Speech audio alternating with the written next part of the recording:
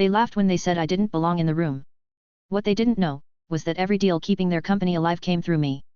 That moment is burned into my memory, the cold conference table, the smell of expensive cologne, and my husband's mother's smirk as she said, "Sweetheart, this is a family matter. You wouldn't understand business." Family.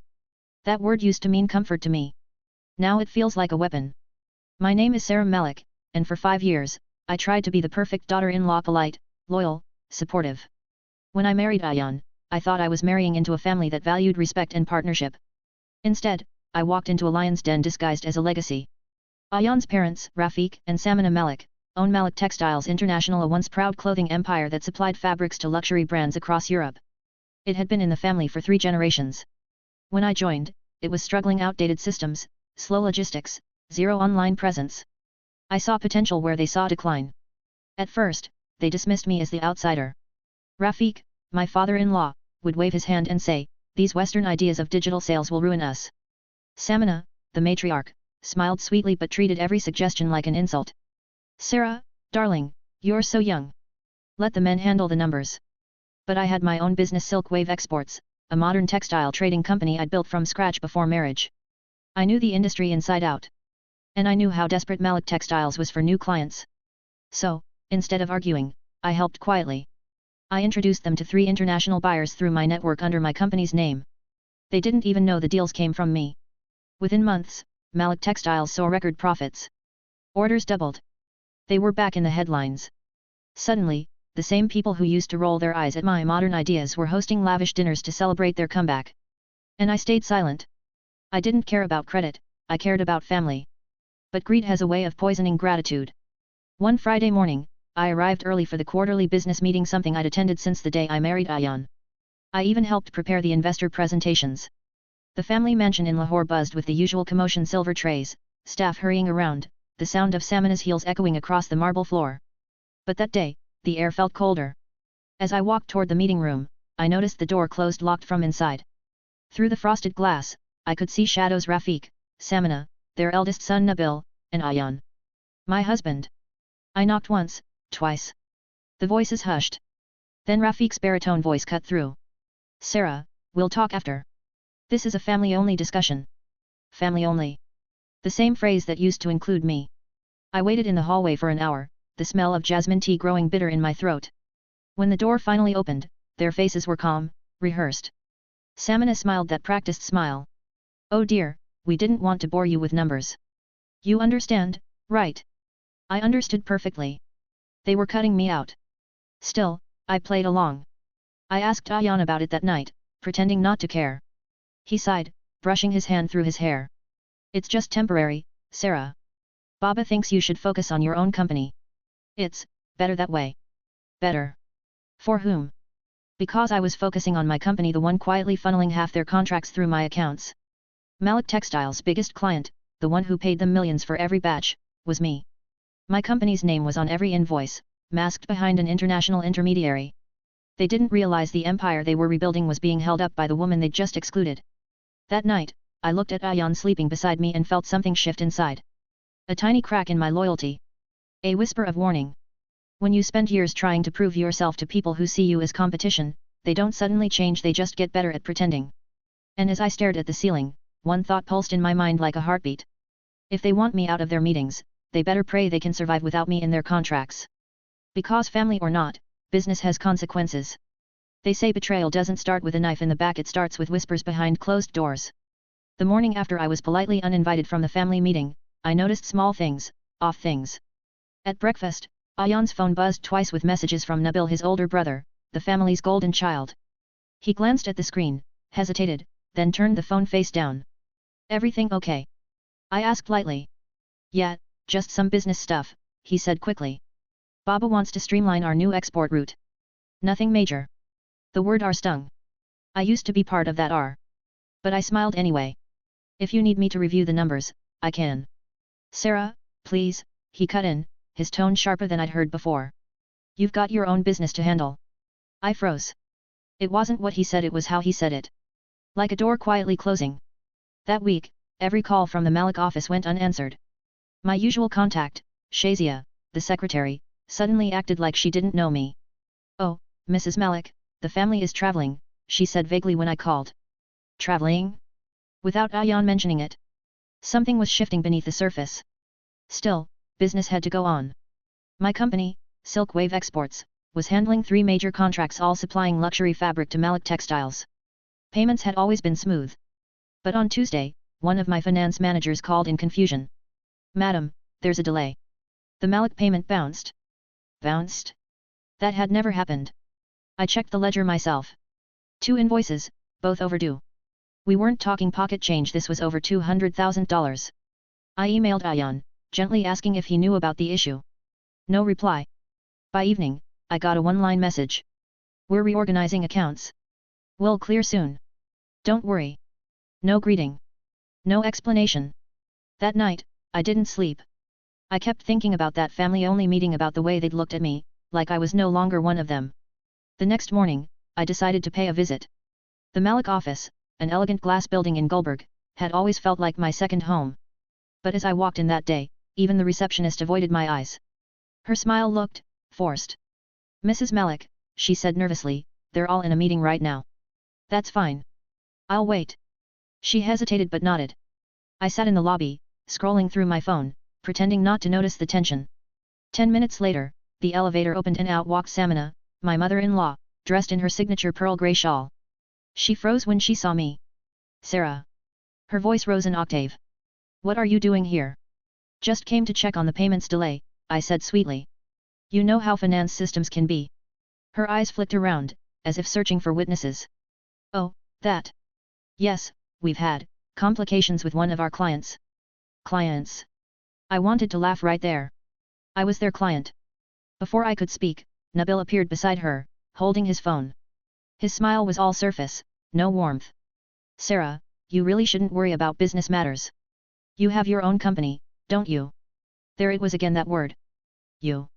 Something cold curled inside me. Of course, I said calmly. But you see, when my company's payments bounce, it does become my business. The look that flashed between Samina and Nabil was quick, but telling, panic mixed with annoyance. We'll fix it, Nabil said tersely. Just, give us time. Then he walked off, leaving Samina to smooth things over with a brittle smile. You mustn't take this personally, dear. You know how men handle business, too much pride, too little patience. Her tone was honey, but her eyes, they were ice. That evening, I told Ayan everything. About the bounced payments, the office tension, the way his brother spoke to me. He rubbed his temples. Sara, please don't make this bigger than it is. Baba said we'd be restructuring. Just, trust us. Trust us. Funny how those words sound when you realize you're no longer part of the us.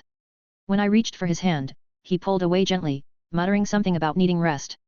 I sat alone in the dim light of our bedroom, the city humming faintly outside, and for the first time, I felt small. Was I overreacting? Or was something truly wrong? Days turned into weeks. Malik Textiles began announcing new partnerships with names I didn't recognize. My name was nowhere in their press releases. Contracts I had personally brokered were being renamed under Malik Global Exports, a new subsidiary managed by Nabil. And still, my invoices went unpaid. When I confronted the bank, I discovered something chilling: the payment account linked to Silkwave's contracts had been quietly changed. Someone inside Malik Textiles had updated the banking details, rerouting money elsewhere. That was when doubt turned into dread. Not only were they excluding me, they were possibly trying to erase me. That night, as Ayan slept, I sat by the window with my laptop, the city lights reflecting off the screen. I opened the Malik company database, the one I'd had access to since before the meetings stopped. But when I tried to log in, an error popped up. Access denied. User removed. My heart dropped. Removed. Not restricted, not suspended, removed. That's when I knew this wasn't just family politics. It was a setup. And they were counting on me to stay quiet. But they had no idea the woman they'd locked out was still the one holding every financial string, keeping their empire alive. They didn't just lock me out of the room. They tried to lock me out of my own success. The truth hit me piece by piece, not in one grand discovery, but in a series of gut punches that made me question every smile, every we're family, every moment I thought I belonged. It started with an email. A junior analyst from Malik Textiles, a girl named Rita, who used to look up to me, sent me a message late one night. It was short, hesitant, and trembling between loyalty and fear. Madam Sara, please don't tell anyone I sent this, but they're using your contracts under a new name. The buyers you brought are being moved to Malik Global Exports. They say it's for legal reasons, but I heard Mr. Nabil say, she won't notice until it's too late. I read that line over and over again, my hands shaking. She won't notice until it's too late. I didn't sleep that night. By dawn, I was in my office at Silk Wave, cross-checking every single client file. And there it was, the betrayal written in digital ink. The 3 international buyers I had introduced, the same clients that resurrected Malik Textiles, were now listed under Malik Global Exports. My name, my company, my commission clauses all gone. Someone had hacked into my shared contract folder, copied my templates, replaced the headers, and backdated the files. It looked legitimate. The system logs showed that the document updates were approved by none other than Ayan Malik, my husband. I wanted to believe it was a mistake. That he didn't know. That maybe Nabil had done it behind his back. But the next day, reality shattered that hope. At dinner, I waited until after Samina had finished her delicate plate of biryani before speaking. I was reviewing some export contracts today, I began evenly. Seems like Malik Textiles and Silk Wave have a few overlaps. Do you know anything about that? She didn't even look up from her plate. Business is a web, dear. Everyone's connected somehow. Ayan stiffened, his spoon clinking against his bowl. Sara, let's not bring work to the table. I turned to him, my voice trembling but controlled. You authorized file transfers from my shared drive, Ayan. Why? He froze. Samina's eyes darted to him sharply. You're mistaken, he said after a beat. Nabil handled that. He said it was a duplicate submission error. A duplicate submission doesn't erase my company's name from legal contracts, I snapped. The silence that followed was suffocating. Then Samina spoke, her tone calm, too calm. Sara, maybe this is for the best. You have your own business, and the Malik legacy is complicated. You wouldn't understand how things work in family enterprises. Family enterprises. I repeated, my voice rising. You mean the ones I saved when no one else would buy from you? Ayan's hand slammed against the table. Enough. You're blowing this out of proportion.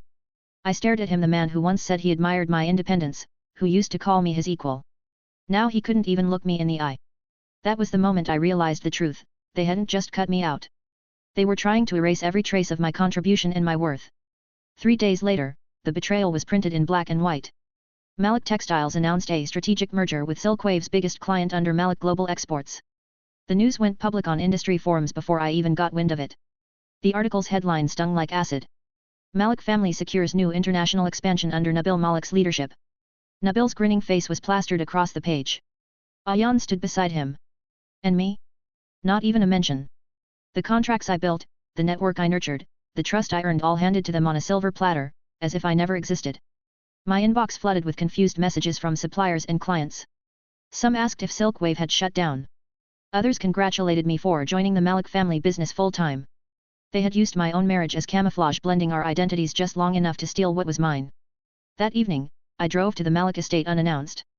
I didn't bother calling ahead, I didn't need permission to demand my dignity. When I entered, they were celebrating. Champagne glasses clinking, business associates laughing, camera flashes illuminating the living room like a press event. The Malik Global Exports banner gleamed behind them. I caught Ayan's eyes first. Guilt flickered there, quickly masked by practiced calm. Samina stepped forward, her voice silky. Sara, darling, we didn't expect you. Come, join us. It's a family milestone. A milestone built on theft, I said coldly. The music stopped. Conversations halted. Excuse me. Nabil said with a mocking grin. You forged my contracts, redirected my payments, and signed my clients under your name, I said, voice trembling but loud enough for every guest to hear. That's not partnership, that's betrayal. Ayan's jaw tightened. Sara, not here. Why not here? I demanded. Isn't this the family-only meeting you banned me from? Every pair of eyes in the room turned toward us. Samina's mask cracked for the first time. You've benefited from this family's name long enough, she hissed quietly. Be grateful we kept you close. That word grateful burned deeper than any insult. I walked out before I could break down in front of them. But as I stepped into the night, the fury began to crystallize into something colder, sharper. They had taken my name, my work, my trust, but they'd forgotten one crucial detail. Every major payment, every international invoice, still flowed through Silk Wave's processing channels. I wasn't just their supplier. I was their largest client, the one writing the checks, keeping their empire alive. And I was done being silent. It's strange how silence can be louder than screams. After that night, after the public humiliation, the stolen contracts, the betrayal, I didn't cry. Not once. I just stopped speaking. For 2 days, I stayed in my home office. Curtains drawn. Phone on silent. My world once full of spreadsheets, deals, and dreams felt small, suffocating. Ayan didn't come home that first night. Or the next. When he finally did, he reeked of cologne and guilt. Sara, he said softly, standing in the doorway, I know you're hurt, but you don't understand how business works. It's not personal. I stared at him, hollow. Not personal. I whispered. You let your family erase me, Ayan. My clients. My company. My work. But sure not personal. He looked down. You're overreacting. We're trying to protect the family name. Malik Textiles can't have competing entities under one roof. Competing entities. I cut him off. You mean me? He said nothing. Just sighed and walked out, closing the door behind him, the sound final, like a verdict. That was the moment something inside me shifted. For years, I'd been the silent partner, polite, diplomatic, endlessly forgiving. I thought being patient made me strong. But patience isn't strength when it's used to keep you small. And the people who think they can steal from you usually forget one thing: you taught them how to win in the first place. The next morning, I pulled myself together. Shower. Black blazer. Hair tied back. My reflection in the mirror looked different. My eyes weren't sad anymore. They were focused. If they wanted a war of business, I'd give them one, but on my terms. I started by reopening my company's internal records. Every transaction, every signed document, every email related to Malik Textiles. Over 5 years of partnership sat there, time-stamped and traceable. And I smiled. Because I had something they didn't: proof. Malik Textiles had merged under Malik Global Exports, but all their current export licenses, payment gateways, and foreign buyer accounts were still registered under Silkwave's trade authorization. Mine. They hadn't even bothered to transfer them properly. They thought I'd fade quietly. Big mistake. That evening, I met with my most trusted advisor Zoya, my finance head, who had been with me since the beginning. You really want to pull this trigger? She asked, eyes wide after I explained my plan. Sara, if you terminate those supplier codes, Malik Textiles will lose access to all their foreign buyers overnight. Good, I said simply. Let's see how they operate without the clients they stole. And Ayan. I hesitated. His name still hurt to hear. He made his choice. Now I'm making mine. Zoya studied me, then nodded slowly. Then let's make it clean. No emotion. Just business. Just business. The same words they'd used to justify betraying me. Now it was my armor. 2 days later, I received an invitation to a gala, the Businesswoman of the Year Awards. My name was on the short list. Ironically, so was Samina Malik, for Family Business Excellence. I almost deleted the email. Almost. Then an idea flickered. The gala wasn't just an event, it was a room full of investors, suppliers, and international press. The same people the Maliks depended on for credibility. And if there was one thing I'd learned, it was that power isn't just money. It's narrative. That night, I went through every Malik contract still tied to Silkwave. Each one gave me legal rights as the registered intermediary. I could terminate, suspend, or redirect them legally. But I didn't move yet. Timing mattered. Instead, I drafted an internal memo, short, sharp, and final. Effective immediately, Silkwave Exports will be restructuring its supplier relationships due to breach of trust and fraudulent activity. All clients are requested to contact our legal office before future dealings with Malik Global Exports. It wasn't an accusation. It was a warning. And in the corporate world, warnings spread faster than scandals. By morning, whispers were circulating. The Malik name was suddenly under review. Buyers began freezing orders, uncertain whom to trust. Within 48 hours, Malik Textiles' cash flow began to bleed. I didn't have to lift a finger. I just stopped holding their empire up. But my true turning point didn't come from revenge. It came one evening, as I sat alone on the terrace, watching the Lahore skyline flicker in the distance. My father used to say, when people show you their greed, show them your grace and then your growth. For months, I had tried to earn their respect. I wanted to belong. But I realized something that night: belonging is not worth the cost of your self-respect. They thought excluding me made me weaker. But it did the opposite. It freed me. The next morning, I slipped on my heels, grabbed my laptop, and looked at my reflection again. No sadness. No fear. Just purpose. I whispered to myself, if they think I'm done, they're not ready for what comes next. Because now, it wasn't just about contracts or clients. It was about reclaiming the narrative and reminding every person in that family that the woman they underestimated was the very foundation they stood on. And foundations? When they move, everything above them begins to crumble. Revenge, I learned, is an exercise in patience and precision, less about fury, more about placement. You don't swing a sword at a roomful of people, you remove the scaffolding they're standing on and watch them tumble. I started by building a team. Zoya called in Farhan, a forensic accountant who owed her a favor from a university alumni board. He smelled of coffee and late nights, his eyes lit up at the idea of hunting for irregular flows. I hired Adil, a legal litigator who specialized in corporate fraud and didn't flinch at aggressive letters. I even contacted Rita, the junior analyst who'd whispered the first warning and promised her protection and a job if she brought everything she had. Step 1. Catalog the theft. We pulled copies of every contract, every email thread, every bank routing slip that linked Silkwave with Malik Textiles.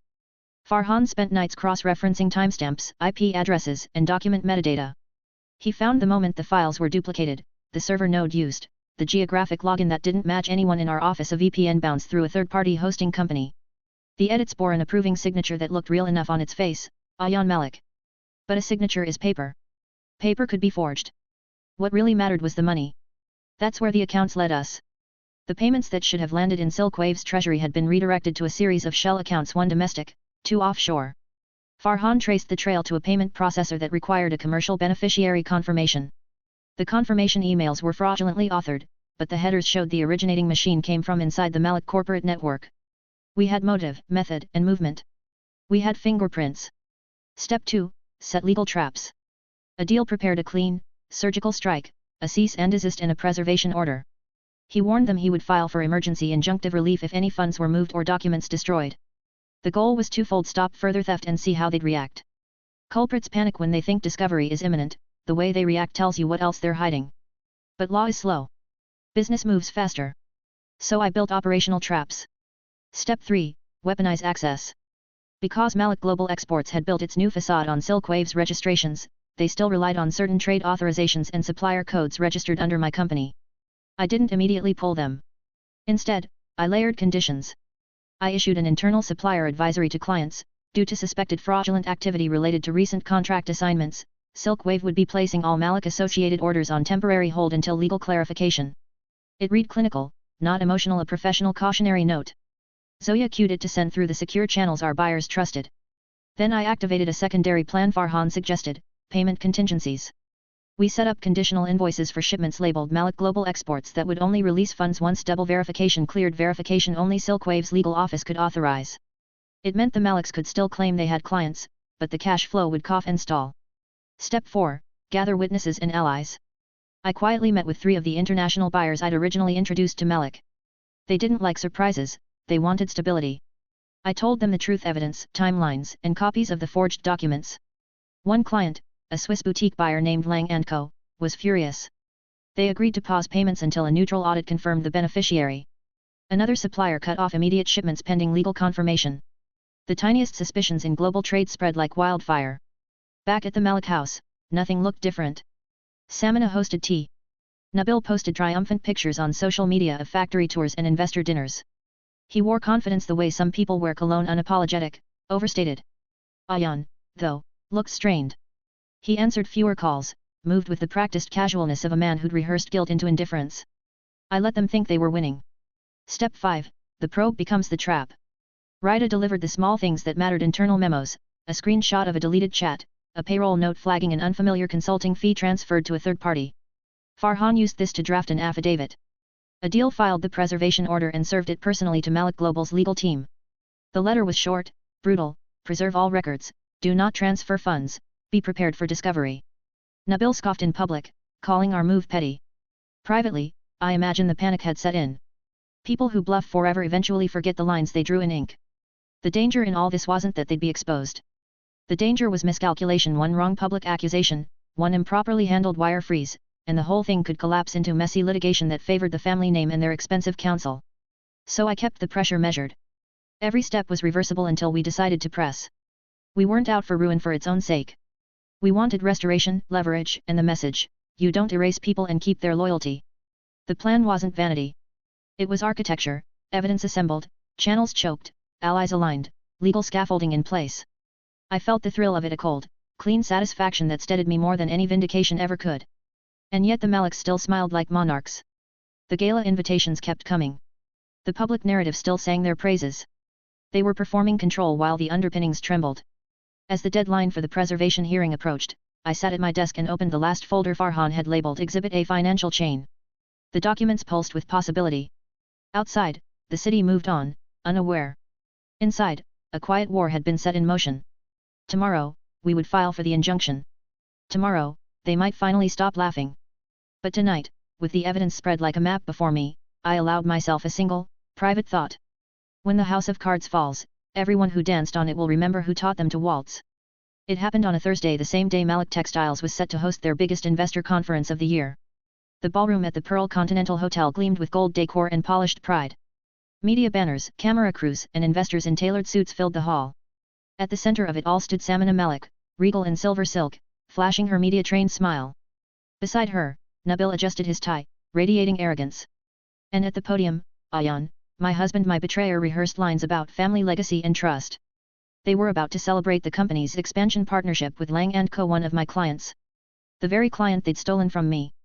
And they had no idea what was coming. At exactly 10:05 a.m., my phone buzzed. A text from Zoya. All systems locked. Contracts rerouted. Legal notice served. Perfect timing. 5 floors below, in the hotel's private conference room, my legal team had just filed Silkwave's fraud injunction freezing all Malik Global accounts, supplier codes, and client transactions. Every deal they'd stolen was now legally suspended. The moment the filing hit the business registry, an automatic alert went to every partner, every client, every bank involved. The Malik's empire wasn't falling, it was imploding in real time. I entered the ballroom right as Ayan began his speech. Ladies and gentlemen, he said, voice steady, today, the Malik family stands united in. Correction, I said loudly from the doorway. Hundreds of heads turned. Cameras shifted. The Maliks froze. I walked down the aisle, heels clicking against the marble, holding a folder of documents. Every eye followed me as I took the stage beside them. The Malik family doesn't stand united, I said into the mic. It stands exposed. Samina's face went pale. Sara, what are you doing here? Oh, just exercising my rights as your largest client. Gasps rippled through the crowd. I handed a document to the event moderator, who adjusted his glasses and began reading aloud, unsure, curious, unable to stop. Notice of injunction. Malik Global Exports and Malik Textiles are hereby under investigation for contract fraud, fund misappropriation, and business identity theft filed by Silkwave Exports, principal claimant, Mrs. Sara Malik. A stunned silence blanketed the room. Then chaos erupted. Reporters scrambled forward. Cameras zoomed in. Investors started whispering, phones buzzing as they verified the news online. Within seconds, live feeds showed headlines flashing. Malik family accused of fraud by their own daughter-in-law. Silkwave Exports freezes Malik Global operations amid scandal. Nabil lunged for the mic. This is nonsense. She's lying. I turned to him calmly. Really? Because the signatures on these forged contracts say otherwise. And the bank logs show your authorization of offshore accounts. He blanched. Then, from the back of the room, a man stood, Mr. Lang from Switzerland. The client they bragged about securing. His voice boomed across the hall. Our company has confirmed that all our contracts are legally owned by Silkwave Exports, not Malik Global. We are terminating all relations effective immediately. The investors gasped. One by one, hands pulled away from the Malik's shoulders. Support evaporated like smoke. Samina tried to recover her poise, her voice trembling with anger. Sara, we can fix this. You don't have to humiliate the family. I met her gaze, steady and unflinching. You should have thought of that before you erased my name from the family I built with you. She faltered, then whispered, we're family. No, I said softly. We were. Until you taught me that in your world, family is just business. Behind me, Zoya appeared, handing over a USB drive to the legal marshal. Forensic evidence, email trails, altered payment routes, and system access logs, she said clearly, her voice echoing through the mic. All confirming deliberate fraud. It was poetic, the same business they'd used to silence me was now the evidence sealing their downfall. Security escorted the Malik legal advisors out for questioning. Investors began leaving in droves. The cameras captured everything: Samina's frozen expression, Nabil's fury, Ayan's devastation. But I didn't gloat. I didn't need to. The humiliation was complete, not because I shouted, but because I showed them what they'd dismissed all along: competence, strategy, intelligence. The very qualities they'd mocked in me were now dismantling them piece by piece.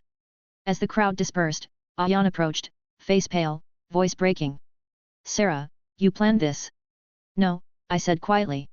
You did. The day you chose them over the truth. He looked like a man waking from a nightmare he built himself. I never wanted it to go this far. Neither did I said. But when you take everything from someone you teach them to live without fear. He reached for me, but I stepped back. The photographers caught it, that final image, the betrayed wife walking away from the ruins her betrayers built on her back. By that evening, every major outlet carried the story. Malik Textiles stock plummeted. Their accounts were frozen. Their reputation obliterated. The irony? They weren't just banned from future investor meetings. Their entire trading license was suspended pending investigation. They had banned me from family business meetings, and now none of them had a business left to meet about. As I stood in my office window, watching the city lights flicker like falling embers, Zoya asked quietly, "Do you feel better?" I thought for a moment. "No," I said. "But I feel free." Because revenge wasn't about destruction anymore.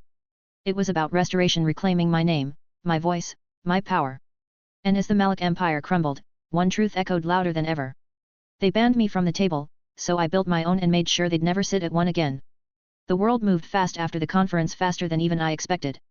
By morning, the Malik name, once synonymous with luxury textiles and family power, had become a headline for fraud and hypocrisy.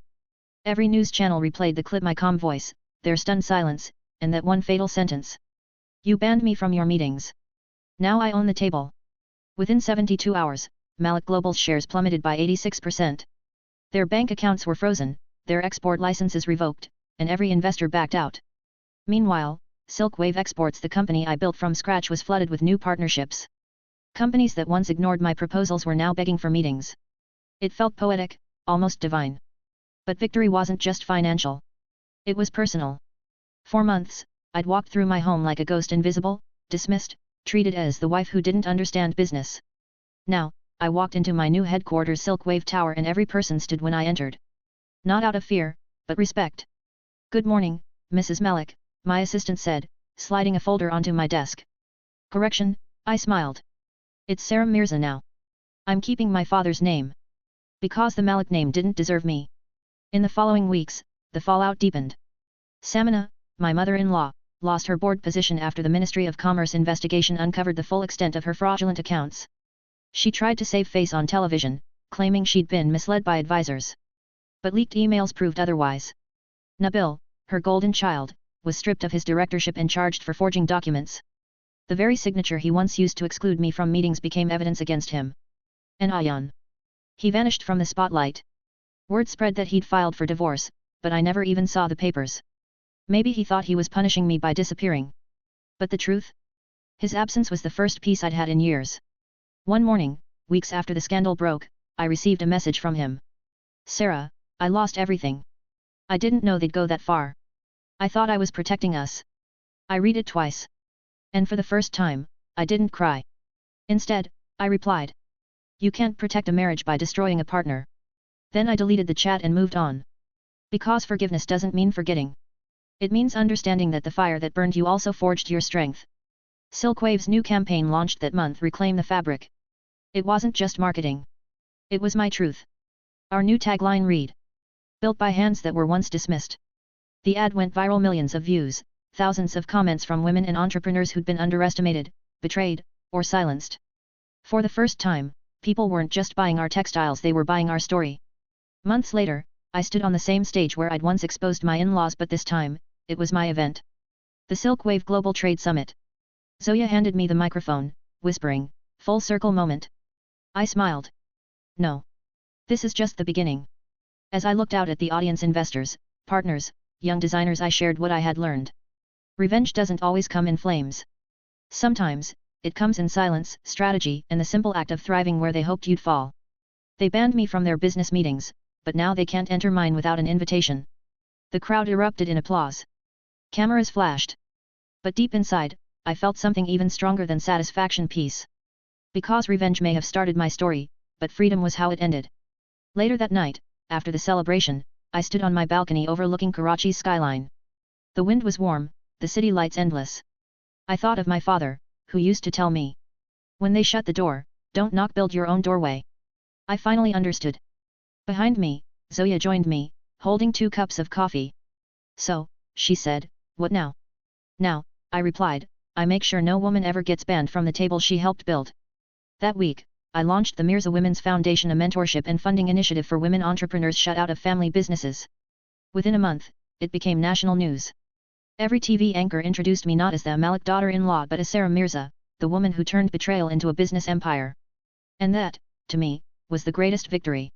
A few months later, I received one final envelope from Malik Textiles' legal team, a settlement proposal, begging for a partnership revival. I smiled and wrote just one line across the page before sending it back.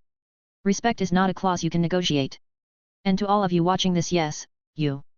Have you ever been betrayed by the people who were supposed to stand by you? Have you ever been silenced, underestimated, or pushed aside only to rise louder than ever before? Tell me your story in the comments. Because every scar hides a lesson, and every downfall can be rewritten as your comeback.